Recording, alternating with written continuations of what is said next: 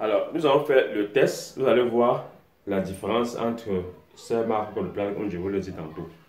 Nous allons cela, ce qu'on appelle, pour ceux qui ont fait la formation, ces éléments nous permettent de travailler. Ça joue beaucoup pour la qualité finale du produit. Alors, nous allons utiliser ceci, par exemple, pour tamiser le produit, pour tamiser le plat, vous allez voir vous-même votre propre différence. Alors, commençons d'abord par le plat que nous qualifions de bonne qualité. Mettons juste un peu. Voilà. Essayons là de tamiser, nous allons voir.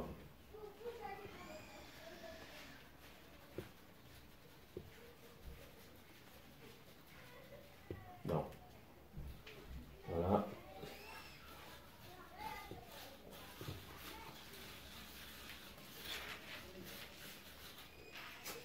Donc, remarquez que c'est fini, il n'y a plus.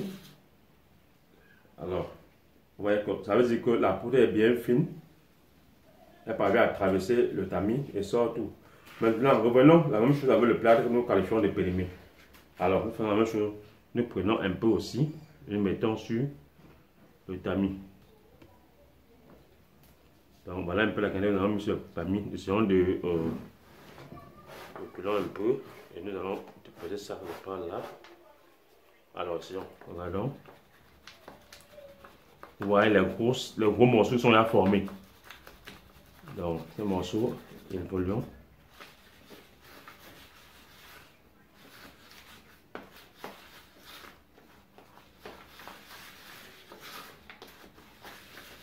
Vous voyez comment il y a beaucoup de grumeaux qui sont là formés. Beaucoup de grumeaux sont formés. Et quand on voit les grumeaux là, il y a des qui sont comme ceci, qui est bien dur. Difficile de faire casser. Regardez, il faut de la porte, ça casse un peu. Donc, ça se casse comme ça, c'est difficile que ça adhère facilement à de l'eau. Donc, ça, c'est la première différence que vous allez obtenir qui vous permettra de détecter le bon plâtre du mauvais plâtre. Maintenant, un autre élément que vous pouvez distinguer, c'est quoi? Le reste de plâtre du bon plâtre, nous versons ça. Nous versons pour que vous remarquiez la marque. Quand vous regardez le bon plâtre qui est ici et le mauvais plâtre qui est ici, déjà au niveau de la physionomie, il y a un très différent. Vous avez l'impression qu'ici là est plus raffiné que ici. Même au niveau de toucher, quand vous avez fait la pression, la main, vous allez vous rendre compte qu'ici, on a l'impression que c'est un peu sableux. C'est un peu sableux. La peau n'est pas très lisse, elle est un peu sableux. Vous voyez, c'est la différence. C'est là où vous allez remarquer, pour ceux qui vont se mettre toucher. Par contre, ici, vous allez comprendre qu'elle est très poudre, elle est très fine. Vous voyez, il n'y a pas une sensation de sable. L'intérieur est très fine. Ou un peu. Donc, lors du processus d'achat de votre plâtre, n'est-ce pas, vous pouvez faire ces petits tests-là.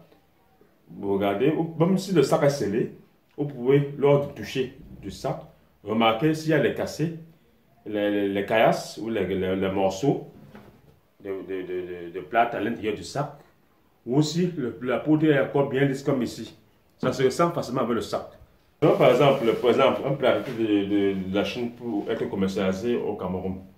Vous savez, vous voyez que de la Chine vers le Cameroun, c'est une très grande distance. Vous voyez, le plâtre va d'abord quitter les usines du fabricant et aller au port en Chine. Et quand elle arrive au port, elle est stockée en tant que le jour de l'embarquement du navire qui va l'amener au Cameroun. Souvent, ce processus peut prendre même des jours, voire même des semaines.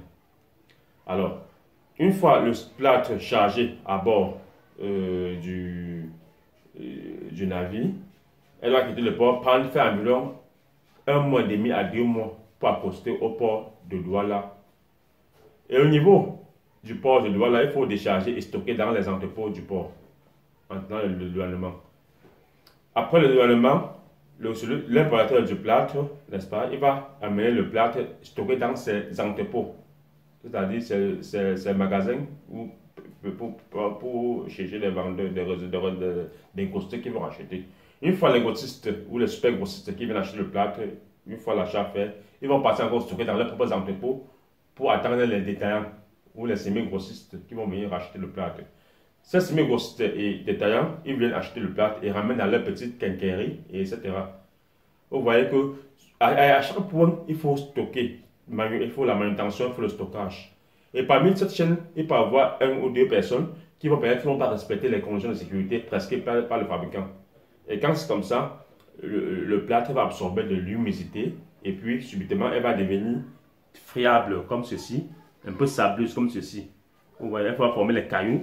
Et quand vous allez produire la craie avec la même chose, vous allez voir, la craie sera toujours très faible, facile à finir, ça va vite finir sur le tableau et ça sera très salissant à la main. Jeff, voilà le test que nous avons fait avec ce plat. Voilà un plat que nous avons mis dans l'eau, n'est-ce pas? Voilà un plat que nous avons trempé pour faire cette expérience. Ça fait déjà plus de 4 de temps que ce plat est dans ce seau. Donc en temps normal, ce plat aurait déjà bien durci. S'il fallait fabriquer les craies, ce serait devenu normal, il y a bien durci. Alors, après 4 heures de temps, en se mettant tous les conditions de dosage de l'eau et du plat, n'est-ce pas, nous nous trouvons encore avec une pâte. Vous voyez, il y a toujours une pâte. Après 4 heures de temps, on a toujours une pâte. Alors, c'est la même chose si vous fabriquez des craies. Il peut avoir que peut-être c'est un plat, si c'est un plat qui est peut-être en cours, si c'est un plat qui a périmé, entièrement périmé. Maintenant, c'était un plat qui était en cours de péremption. C'est que elle sera un peu plus dure que cela. Vous voyez un peu. Et après peut-être 2 jours, 3 jours, vous allez trouver qu'elle sera peut-être sec. On pourra peut-être utiliser comme la craie. Et avec ce type de craie, vous allez voir qu'elle sera très faible. Quand on fait la moindre pression, elle va se détruire. Et elle va beaucoup salir les mains. Et ça ne pourra pas donner de bonnes craies. Vous voyez un peu. Et une fois, si vous faites la craie avec ce type de plâtre, vous aurez des traits très salissants qui vont dégager la poussière lorsqu'on les crée. Vous voyez un peu. Et une fois, même si on l'écrit, elle va très vite finir. Une barre de craie va très vite finir. Une fois, juste une petite phrase, vous allez voir qu'une barre de craie va finir. Vous voyez un peu. Donc, je vous conseille à l'avenir que si vous voulez payer votre plâtre, rassurez-vous que le sac est bien scellé sur les 4 côtés et capotez le sac pour voir si la poudre est lisse à l'intérieur. Si vous sentez qu'il y a des grumeaux à l'intérieur, le mieux c'est d'éviter le sac et prendre un autre sac. J'espère que cette vidéo a été utile et à bientôt sur une nouvelle vidéo.